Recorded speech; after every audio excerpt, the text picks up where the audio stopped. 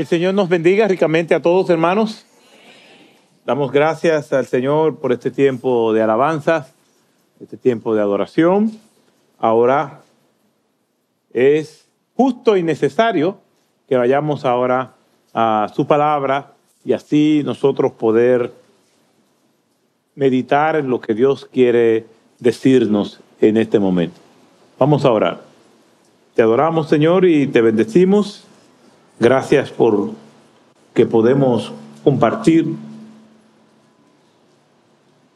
tu palabra. Ayúdanos, Señor, y tú tienes control de todo lo que está aconteciendo y te rogamos que nos dirija en el nombre de Jesús. Amén.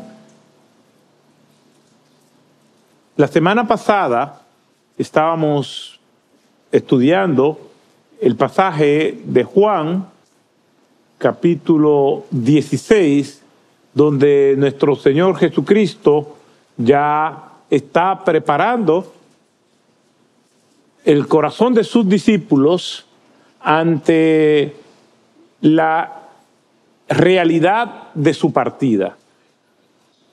Ya nuestro Señor Jesucristo estaba próximo a ser vilipendiado, flagelado, y iba a entrar en esa dinámica de la pasión y con todo lo que nosotros sabemos que ocurrió durante esa semana entre la entrada triunfal, siguiendo por esa semana donde Jesús se enfrenta a diferentes situaciones y concluyendo con su juicio, muerte y resurrección al siguiente domingo.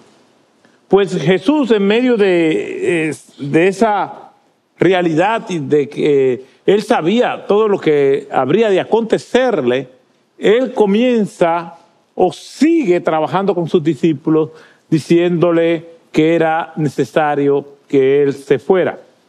Por eso yo quisiera que una vez más nosotros vayamos a la Escritura y leamos en el capítulo 16 del libro de Juan y que nosotros por ahora nos anclemos en el versículo 7 de Juan, capítulo 16, donde el Señor le dice a sus discípulos, en el contexto de esto que ya he traído como introducción, entre las cosas que Él le dice a ellos es esta, versículo 7 del capítulo 16 del Evangelio de Juan.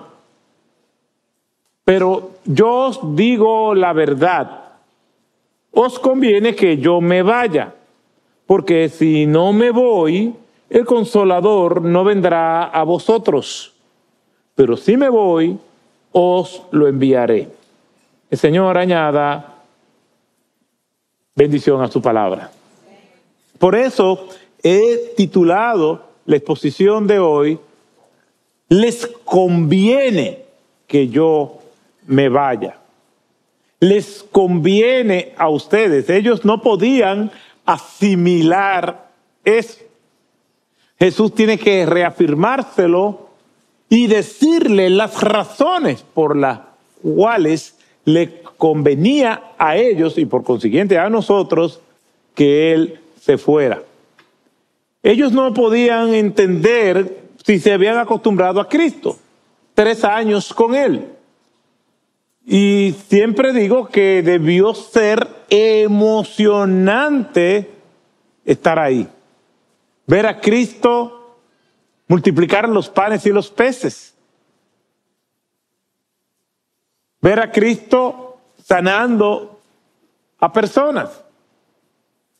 Haciendo todo lo que Él hizo, de ser testigos oculares de eso. Debió ser emocionante. Ya ellos se habían acostumbrado a nuestro Señor Jesucristo. De hecho, en una ocasión estaba Jesús con parte de los discípulos que eran más cercanos a Él, que eran Pedro, Jacobo y Juan, y estaban en lo que se conoce como la transfiguración. Y aquella experiencia fue tan extraordinaria para ellos que ellos no querían irse, ellos querían quedarse allí. Vivieron experiencias extraordinarias. Ver a Jesús caminando sobre el mar. Pues ellos se acostumbraron a Cristo. ¿Y quién no se acostumbra a la sabiduría de lo que salía de la boca del Señor? Su poder, su misericordia, incluso hasta sus enemigos, aquellos que eran hostiles a Cristo, estaban sorprendidos con Él. Una vez, en Juan, capítulo 3, se le acerca un hombre de noche, que era de la clase de los fariseos. Y este hombre llamado Nicodemo le dice al Señor: sabemos que viene de Dios, porque nadie puede hacer las cosas que tú haces si Dios no está con él. Quiere decir que aún dentro de ese grupo que era adverso al Señor, pues dentro de ellos había personas que decían: este hombre tiene que venir de Dios. Hace cosas extraordinarias. Nadie puede hacer eso si Dios no está con él. En Juan capítulo 7, precisamente de esos adversarios del oficialismo religioso judío, envían unos alguaciles a arrestar a Cristo. Y cuando ellos van a ejecutar esa orden, oyen a Cristo, y cuando regresan otra vez donde los religiosos, estos le preguntan: ¿y dónde está? ¿Por qué no lo trajeron arrestado? La respuesta es: nunca hemos escuchado a un hombre hablar como él. Imagínense las experiencias que los discípulos tuvieron con nuestro Señor Jesucristo. Estas eran las personas que estaban en las periferias, de lejos, se admiraban del Señor. Cuando Él completó y terminó el sermón de la montaña, sermón del monte, que comprende los capítulos 5, 6 y 7 de Mateo, en Mateo capítulo 7, versículos 28 y 29, relata la reacción de las personas a escuchar a Cristo.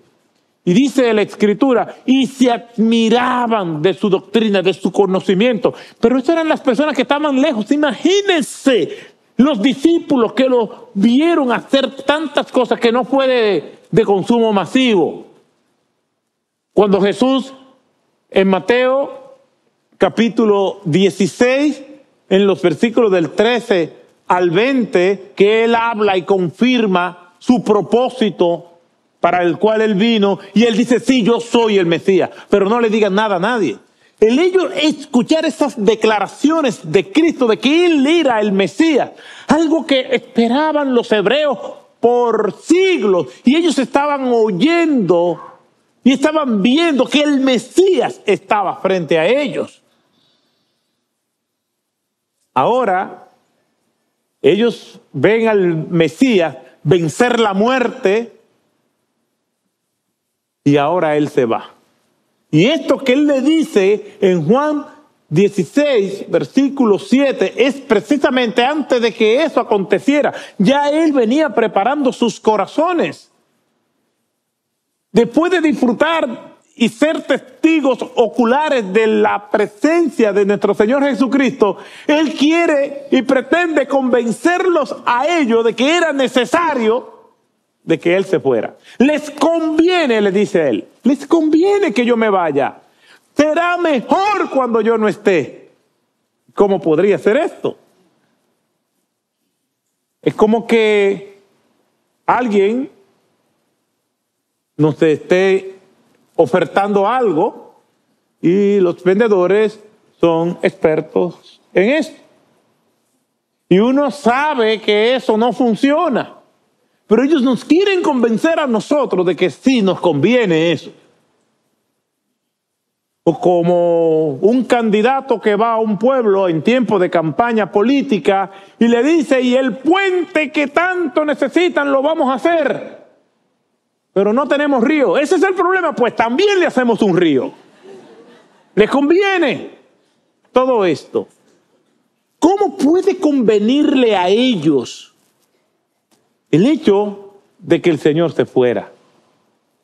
¿Cómo pretende el Señor convencerles de que Él se va a ir y las cosas se van a poner mejor cuando Él se vaya? Nos preguntamos, ¿sería beneficioso para los discípulos y por consiguiente para nosotros que Él se fuera, que Él partiera? Aunque nos pueda parecer extraño y creer que los discípulos tenían ventajas sobre nosotros porque ellos pudieron ver físicamente a Cristo, pudieron comer con Él, pudieron ser testigos oculares, aunque eso aparenta ser ventaja, Cristo tiene razón. Es más beneficioso para nosotros hoy en día que para los discípulos en aquel momento. Pocos amén. Es que Cristo tiene que decírselo precisamente. Cristo trae el tema porque ellos reaccionaron probablemente de la misma manera que nosotros. Y yo me imagino al Señor diciéndole, les conviene que yo me vaya, y ellos diciendo,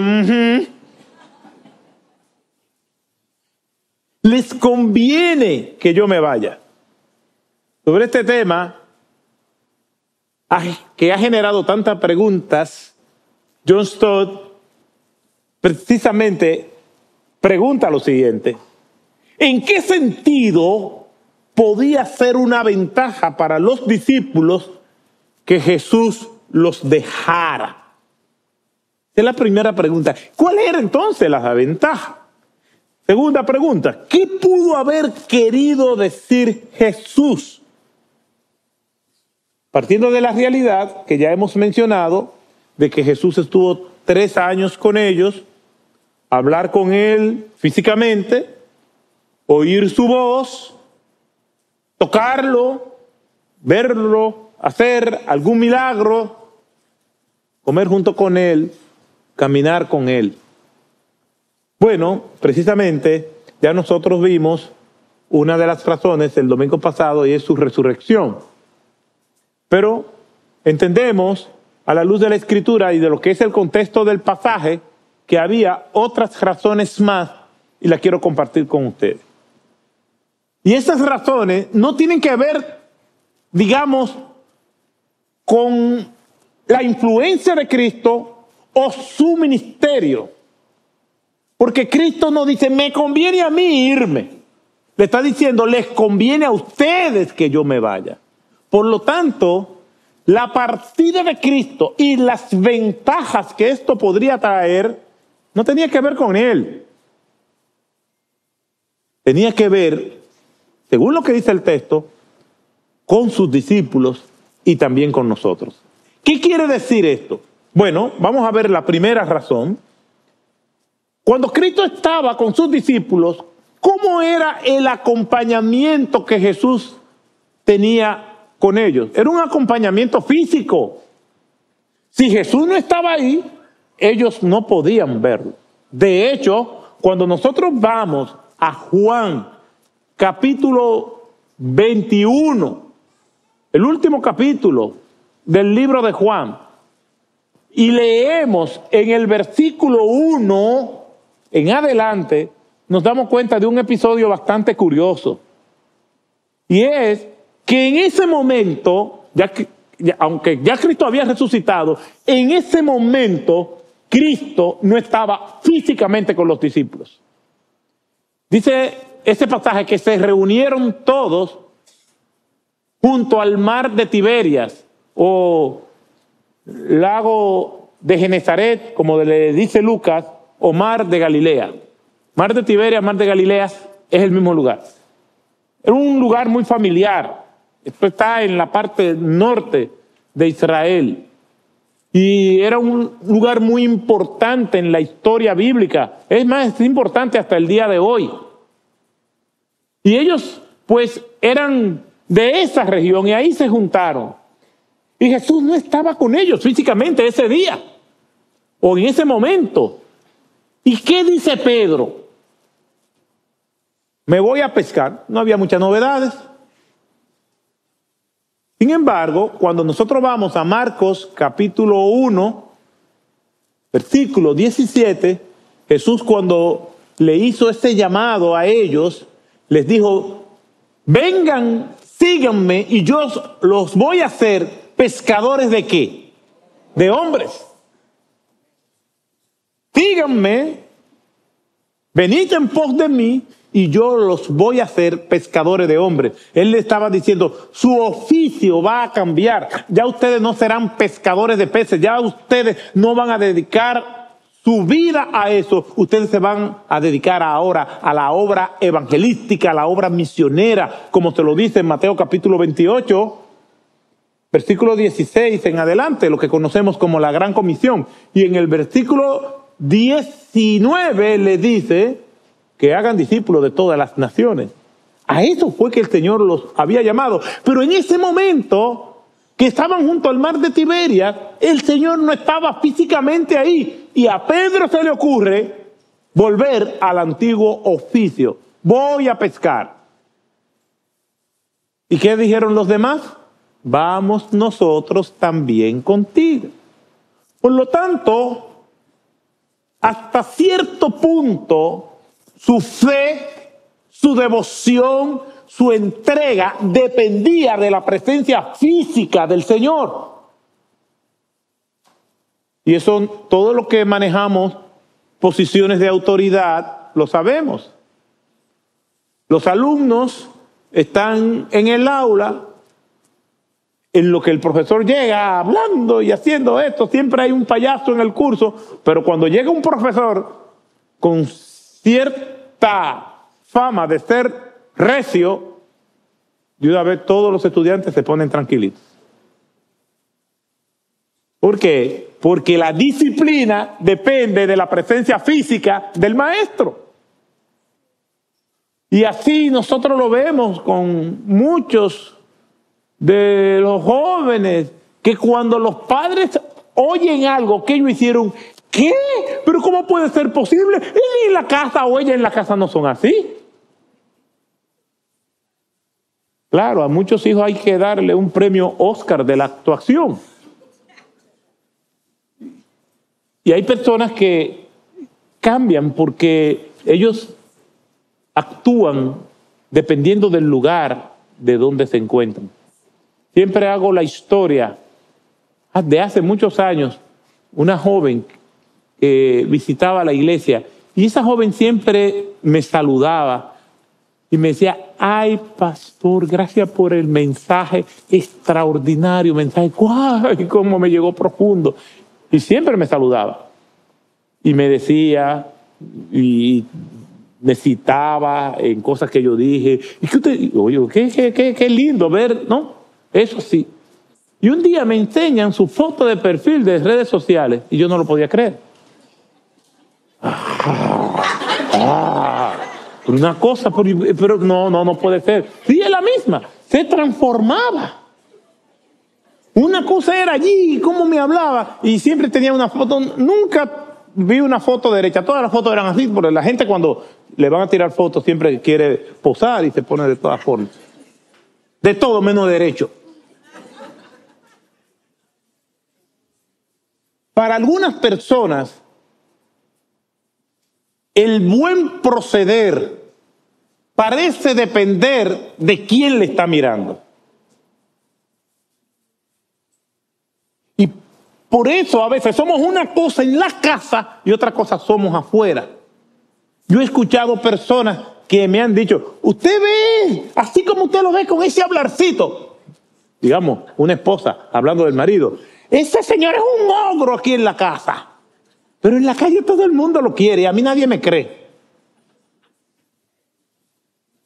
Porque hay personas que viven así. Pedro dice, voy a pescar. Cristo no estaba ahí, no hay muchas cosas que hacer, entonces yo regreso a mi antiguo oficio. Por eso cuando Cristo le dice, les conviene que yo me vaya, es a ellos, no es a Él.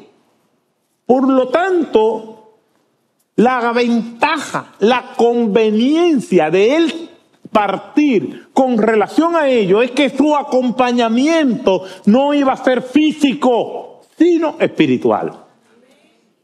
Entonces, cuando nos comparamos con los discípulos, el acompañamiento que nosotros tenemos de nuestro Señor Jesucristo, si bien es cierto que no lo pudimos ver físicamente, no podemos hacer un retrato hablado de Él, no nos pudimos hacer un selfie con Cristo, pero con relación a los discípulos tenemos una ventaja. Ellos, para poder tener la motivación, la fe, ellos tenían que tener a Cristo ahí. Nosotros no. Nosotros tenemos a Cristo por medio de su Espíritu Santo. Entonces, esa es una gran ventaja que nosotros tenemos. De hecho, Cristo llega a decir, bienaventurados los que no vieron y creyeron. Estudiando cualquiera pasa. Entonces, primera ventaja, el acompañamiento que ellos, los discípulos, iban a tener cuando Jesús partiera, y nosotros también, es que este acompañamiento no sería físico, sino espiritual. Los 12, y ya lo he dicho en otras ocasiones, esos no eran los únicos discípulos que Cristo tenía. Cuando vamos a 1 Corintios, capítulo 15, vemos que Pablo está narrando y ese tratado acerca de la resurrección, y él dice que Cristo se le apareció a más de 500 de sus discípulos en una ocasión. O sea que eran muchos.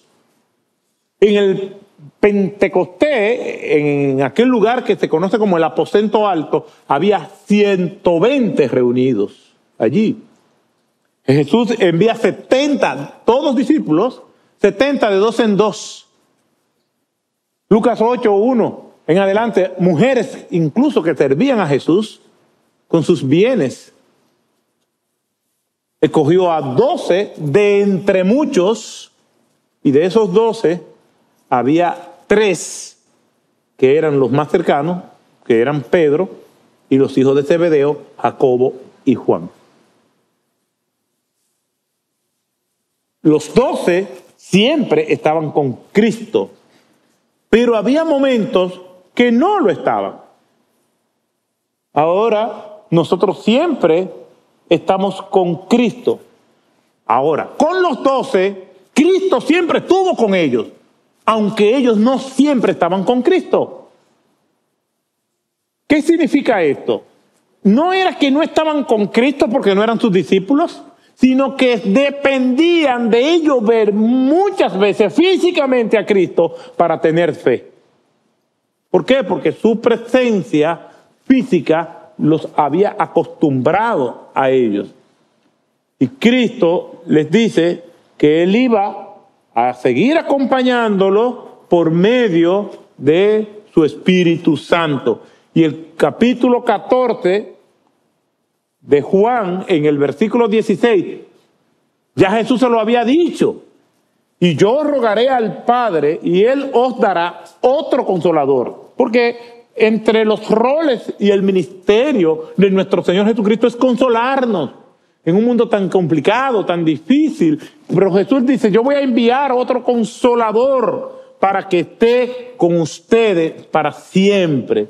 Y ese consolador fue derramado en el día del Pentecostés, como Jesús pronosticó en Hechos capítulo 1, versículo 8, pero recibiréis poder cuando haya venido sobre vosotros el Espíritu Santo. Y ahí comienza el ministerio del Espíritu Santo del Señor, que no es más que la misma presencia del Señor, pero ya no física, sino espiritual. Y nosotros tenemos esa ventaja que tenía sobre los discípulos en aquel momento. Y dice en Romanos, capítulo 8, versículo 26, y de la misma manera, también el Espíritu nos ayuda en nuestra debilidad, porque no sabemos orar como deberíamos, pero el Espíritu mismo intercede por nosotros con gemidos indecibles. Quiere decir que los discípulos, antes de que Jesús partiera, mientras estaba físicamente con ellos, ellos dependían mucho del Señor, de su presencia física. Su fe estaba ligada a que ellos podían ver al Señor. Pero el Señor le está diciendo, ahora les conviene que yo me vaya, ¿Por qué? Porque no nos iba a dejar solos. Yo me voy, pero le voy a dejar a otro consolador para que esté con ustedes siempre. Yo me voy físicamente, no voy a estar físicamente siempre con ustedes, pero vuelvo en la manera del Espíritu Santo para entonces no dejarlo nunca. Porque ya la presencia física del Hijo había terminado en ese ministerio, en esta misión de 3 años. Y entonces el Señor sigue con nosotros. Por eso es que cuando le dice, les conviene que yo me vaya, es porque el acompañamiento iba a ser permanente, pero no físico, sino espiritual. Es decir, el Señor iba a continuar acompañándolo, pero de otra manera, y es por medio de su Espíritu Santo. ¿Qué significa entonces que es espiritual y no físico? Bueno, que ellos... ¿Recuerdan el episodio con Tomás?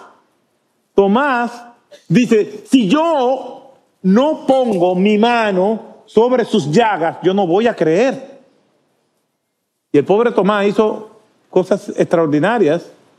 Era un hombre muy sabio que provocó una de las más grandes declaraciones de Cristo. Él le preguntó a Cristo, muéstranos el camino. ¿Cómo pues podemos saber el camino? Y Cristo le dijo, yo soy el camino, la verdad y la vida, nadie viene al Padre sino por mí. Fue por una pregunta muy sabia de Tomás.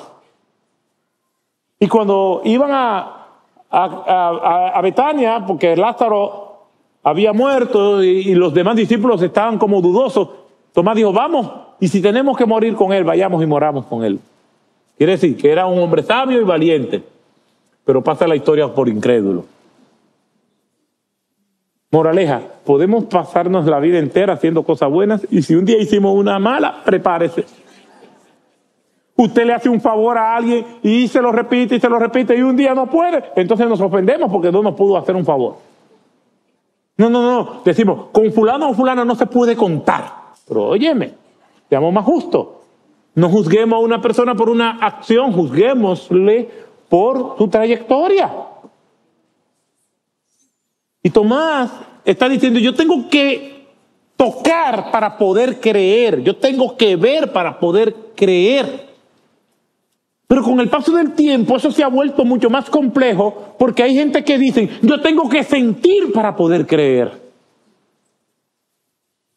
Creen que creer en Cristo es un acto emocional. Yo fui a la iglesia y se me pararon los pelos, aunque sea calvo, dice eso. Yo tuve una visión, yo escuché algo. Ay, mira cómo me pongo. Y es verdad que se le engrispan los pelos. Se le pone la carne como piel de gallina, míralo ahí. Y es verdad que están sintiendo. ¿Y qué va a pasar cuando no sientan? Es decir, su fe depende de su percepción. Y muchas veces la percepción tiene que ver con experiencias. Tengo que vivir algo para poder creer. La Biblia descarta eso.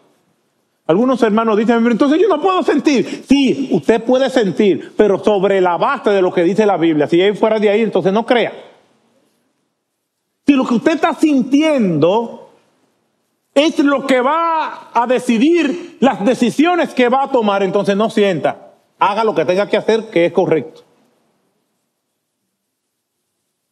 Yo puedo ver a una persona en necesidad y yo decir, ay, yo no siento darle nada, porque yo no voy a ser hipócrita, porque yo no siento darlo. No es hipocresía cuando lo que tenemos que hacer es correcto. Lo correcto hay que hacerlo aunque no lo sienta. Tomás no tenía la mínima intención de darle veracidad, no solamente a lo que los discípulos estaban diciendo sobre Cristo resucitado, sino a lo que mismo Cristo dijo. Mismo Cristo dijo, yo voy a morir y voy a resucitar al tercer día. Tomás lo escuchó. Y hay personas que están condicionando creer sobre la base de lo que puedan ver, sobre la base de sus experiencias particulares, sobre la base de lo que ellos puedan sentir. El Evangelio no se siente, se entiende. se cree, se obedece. ¿Cuántas decisiones tenemos que tomar a diario que no sentimos nada? Pero si es correcto hay que hacerlo. Y siempre pongo el ejemplo de las cuentas que hay que pagar. ¿Usted cree que yo siento, el rostro más amado, el rostro del cobrador? De hecho, usted puede estar riéndose y ve un cobrador y se le va el gozo.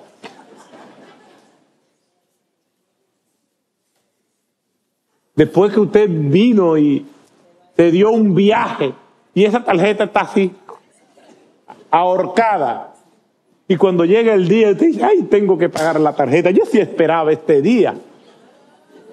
Porque usted vaya al banco y se lo diga al cajero, mira, yo no tengo... Hay gente que van con frecuencia al banco, ¿no? Y ya se conocen. Y le dice el cajero, ¿y qué usted tiene, fulano? Tengo que pagar, pero yo no lo siento en lo más mínimo. Y el cajero le dice, es política del banco que si el cliente no está de buen humor, no le recibe el pago. ¿Le van a decir eso? Aunque usted no lo sienta, tiene que pagar. Ahora, ¿no vamos a vivir emociones? Claro, porque también somos emociones. El doctor Martin Lloyd Jones hablaba de que el ser humano, el alma humana está compuesta por mente, emociones y voluntad. ¿Qué significa eso? Que todo estímulo que yo recibo, yo no puedo recibirle en mis emociones. ¿Por qué? Porque mis emociones, sin procesarla por mi parte racional, entonces van a afectar mi voluntad. Y por eso es que personas dicen, ¡ay, sí! Y quieren que uno decida, ven, ¿qué tú quieres? Vamos a hacer esto. Y digo, no, pero déjame pensarlo. Los hijos son expertos en esto. En buscar una promesa del padre en un momento de descuido. Pero tú me lo prometiste, mira eso. ¿Por qué? Porque dijo un sí en un momento de un desborde emocional. Y hay que tener cuidado porque fácilmente, en un momento sin control de las emociones, es posible que pida la cabeza de un profeta y se la traigan. Ahí está el peligro de las emociones. Entonces, todo estímulo, por bueno que sea, yo lo voy a razonar, lo voy a procesar.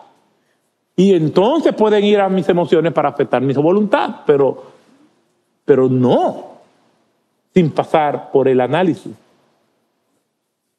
Nosotros los cristianos nos gozamos, cantamos, lloramos, me puedo quebrantar y emocionar alabando al Señor en un momento de adoración. Y claro, podemos caminar hasta por los mismos pasillos del cielo mientras cantamos. Nada de eso es malo, pero cuando mis emociones me dicen algo contrario a las Escrituras, entonces digo, hasta aquí llegan las emociones. Por eso, nosotros tenemos una gran ventaja con relación a los discípulos. A que el acompañamiento de Cristo, ellos estaban acostumbrados a tenerlo físicamente, pero Cristo le está diciendo, les conviene que yo me vaya. Hay varios ejemplos en la Escritura de que ellos se acostumbraron a eso. Entre las personas que eran discípulas, no de los 12, que eran cercanos a nuestro Señor, eran Marta, María y Lázaro. En el pasaje no se menciona, o en las menciones que hay en los evangelios, no se menciona el hecho de si tenían papá o mamá, o si estaban casados. Probablemente eran 3 solteros. Yo sé que quizás a algunos solteros no les va a gustar lo que voy a decir, pero la mayoría de la gente de la Biblia no se mencionan esposos ni esposas, eran solteros. Entonces los solteros tienen un afán por casarse. Y los que están casados tienen un afán por volver el tiempo atrás. Y como decía San Agustín, el orgulloso se cree humilde y el humilde se cree orgulloso. Pero Marta, María y Lázaro, como dice uno de los autores, eran 3 maravillosos solteros que servían a Cristo de su soltería. Nosotros conocemos la historia entre Marta y María, las dinámicas que se daban entre ellas y cómo ellas se sentían en la confianza de hablar y de actuar cuando Cristo estaba con ellas. En una ocasión Cristo se aparece a la casa de ellos con los discípulos, más todos los paracaídas que habían ahí, y había que preparar comida. Y Marta está como la mayor, con toda la carga de tener el impacto de tantas personas. Parece ser que ellos económicamente estaban bien porque podían recibir tantas personas y darle de comer. Y María se queda contemplando al Señor. Y Marta, aparentemente molesta, dice: tú verás, esto no es la primera vez que pasa. Y voy a aprovechar que el Señor está aquí. Eso me lo han hecho muchísimas veces. Pastor, bueno, aprovechando que usted está aquí, mire. Y quieren preguntarme cosas. Y yo no sé de eso. Y Marta le dice: Señor, aprovechando que tú estás aquí, María, mírala aquí como está, tranquilita. Y me deja a mí afanando con las cosas del hogar para hacerlo sentir bien. Excúsame, Señor, que yo no estoy aquí, pero es porque yo estoy fajada ya. Eso yo lo he visto muchísimas veces. Perdóneme, pastor, que no estoy sentado aquí con ustedes, estoy allí con la comida fajada. Digo, sí, ya no se preocupe. Y Jesús le dice a Marta lo siguiente: Marta, Marta, afanada y turbada, en muchas cosas está, pero María tomó la mejor parte. Lo que quiso decirle Jesús a Marta es que probablemente lo que Marta estaba haciendo, otras personas podían hacerlo. Pero María tuvo la sabiduría de aprovechar a Jesús. Estaba ahí. Bueno, nosotros conocemos la historia de esa familia. Marta, afanada y turbada. La palabra afanada puede ser traducida como distraída. María escogió la prioridad. Pero llegó una tragedia a la familia. Y fue que el hermano, el único varón, Lázaro, murió. Todos nosotros conocemos esa historia. Y fue un episodio muy triste para todos ellos y sobre todo para sus hermanas. Y en Juan, capítulo 11, versículo 21, cuando Jesús llega, ya Lázaro tiene varios días de muerto, y Marta le sale al encuentro. Y le dice Marta al Señor, Juan 11, 21, Señor, si hubiera estado aquí, mi hermano no habría muerto. En la mente de Marta entendía que a su hermano era más fácil sanarlo que resucitarlo. Ella entendía que la presencia de Cristo en ese momento iba a evitar que su hermano muriera, si Cristo así lo quería. Simplemente una nota al margen. Cuando Marta le sale al encuentro al Señor, ¿sabe qué le dice el Señor a Marta?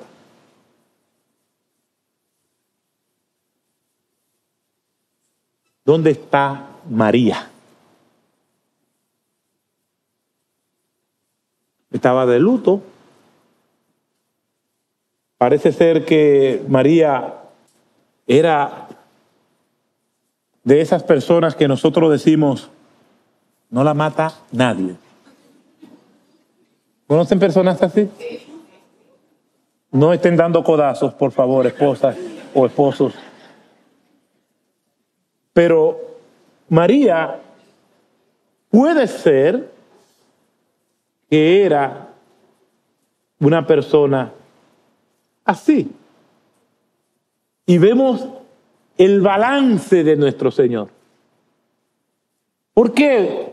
Porque cuando tuvo que llamar la atención a Marta, lo hizo.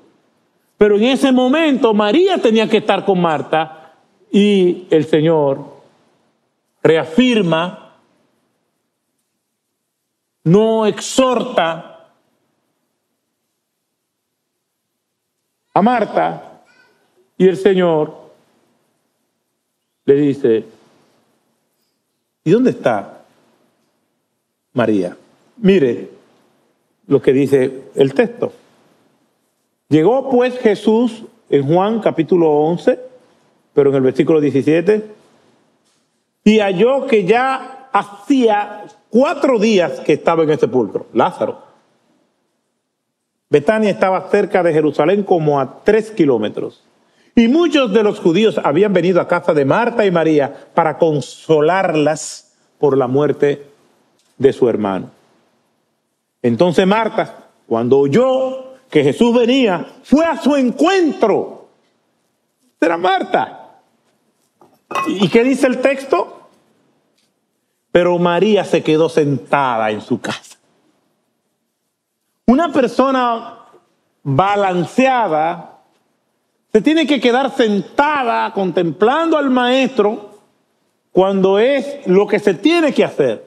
Pero el maestro volvió a la casa, pero Marta se quedó sentada otra vez. Un amigo mío me dice, a mí no me afecta el tránsito aquí en la República Dominicana. Y yo le dije, pero a ti no te afecta no porque tú seas más espiritual que yo. Es que tú eres flemático y a ti no te mata nadie. Y aunque tú no fueras cristiano, el tránsito, el tráfico aquí en este país no te molestaría. Y él me dice, fíjate, antes de yo ser cristiano tampoco me molestaba, entonces eso no es por espiritualidad, mi hermano, que usted es así. Marta se quedó sentada en su casa. María se quedó sentada en su casa. ¿Están atendiendo? Así mismo. Y Marta dijo a Jesús, Señor, si tú hubieras estado aquí, mi hermano no habría muerto. La fe no tiene que ver con lo que nosotros vemos y tocamos. Tiene que ver con creer en lo que el Señor ha dicho. Por lo tanto, si le convenía a los discípulos que Jesús se fuera, también nos conviene a nosotros. Y tenemos una gran ventaja a lo que ellos tenían en ese momento antes de que Jesús partiera. Y la ventaja que nosotros tenemos es que nosotros sabemos que el Señor está con nosotros, que camina con nosotros. Si tú hubieras estado aquí, dice Marta, creo que al igual que ella, hay muchos creyentes que están condicionando su fe a lo que puedan oír, a lo que puedan ver, a lo que puedan palpar, a lo que puedan sentir. Y la fe no es por lo que nosotros vemos o simplemente escuchamos. La fe viene por la palabra de Dios. Así que la fe viene por el oír y el oír por la palabra de Dios. Lámpara es a mi pie tu palabra y lumbrera a mi camino. No se apartará de tu boca este libro de la ley, va a obedecerlo. Ese es nuestro GPS, y GPS, como ustedes saben, significa guiado por la palabra del Señor.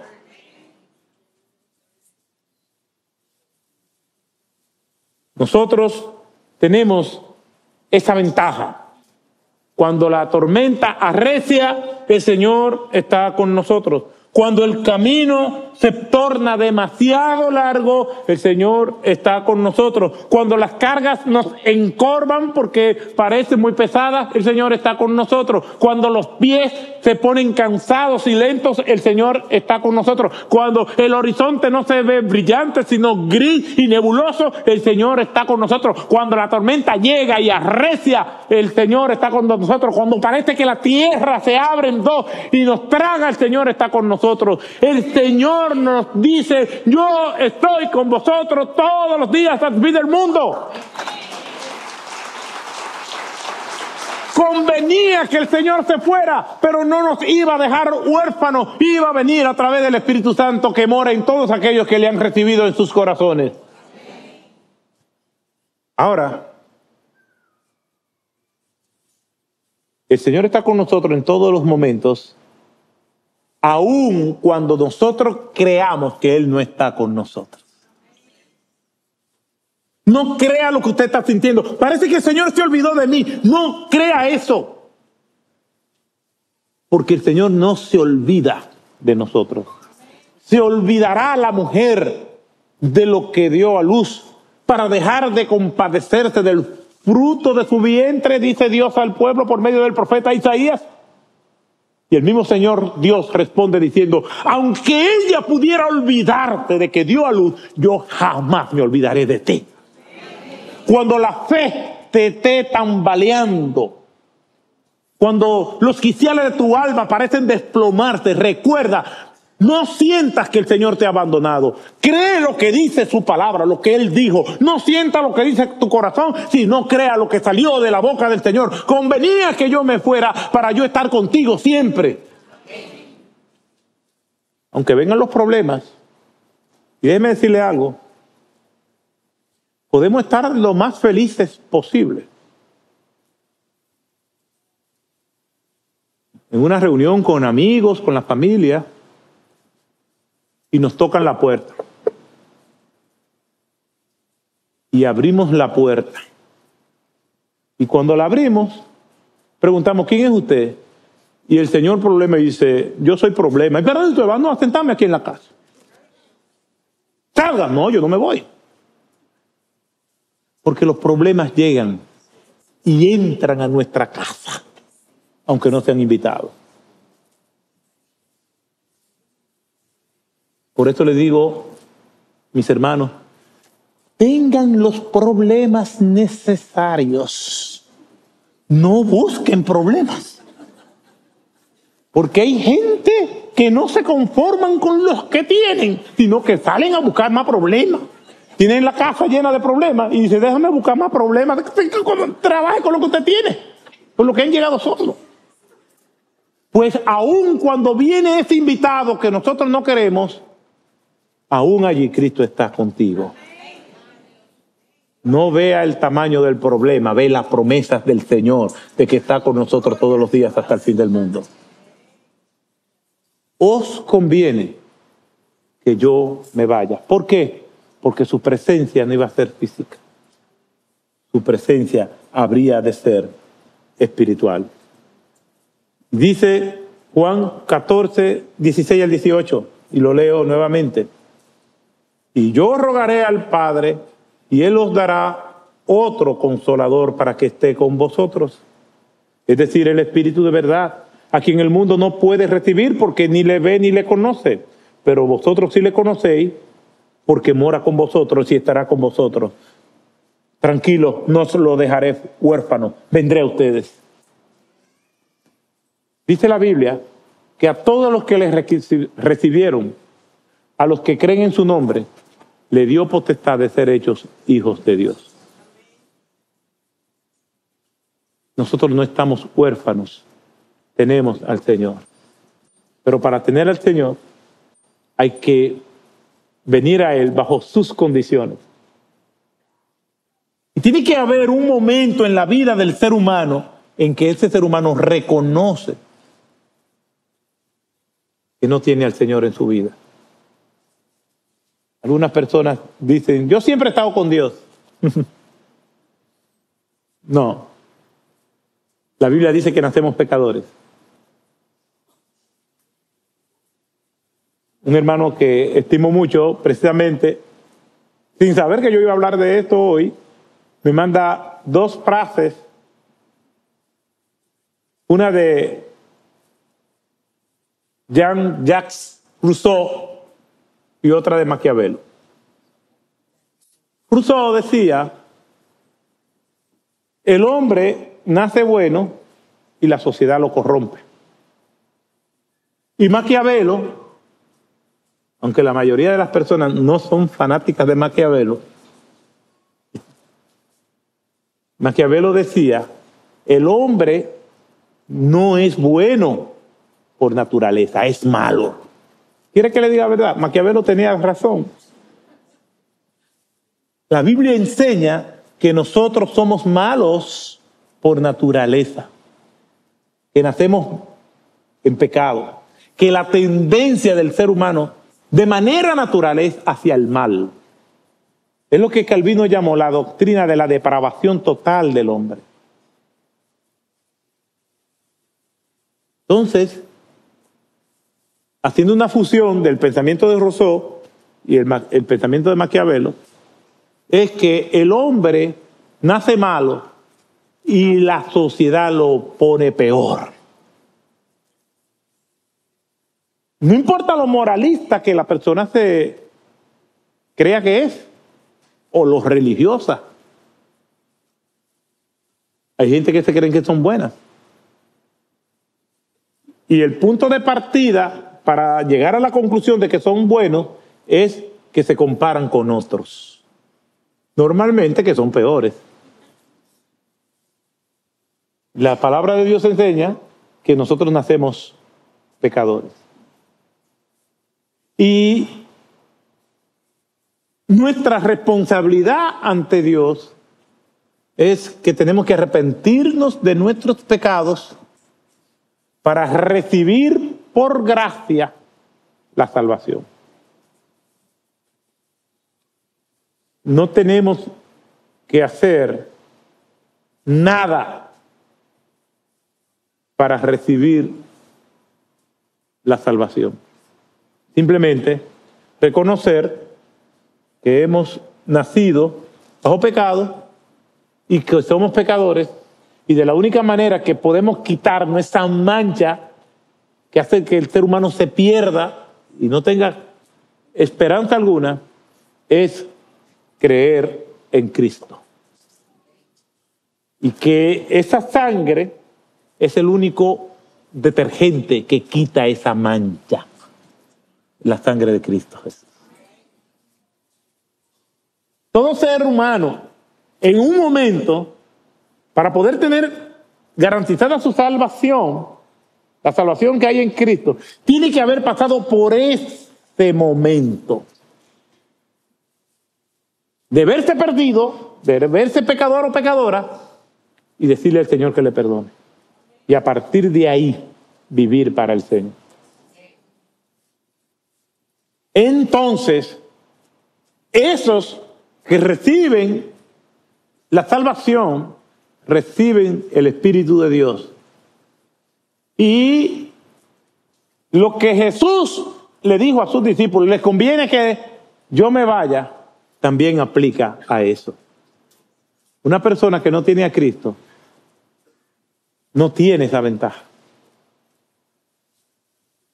Entonces comenzamos a caminar con Cristo, disfrutando de las ventajas de su acompañamiento espiritual. Ya nuestra fe no es por lo que nosotros estamos tocando, oyendo, sino por lo que nosotros estamos leyendo, y el Espíritu de Dios, Cristo morando en nosotros, nos va guiando, haciéndonos conscientes de eso, de esa verdad.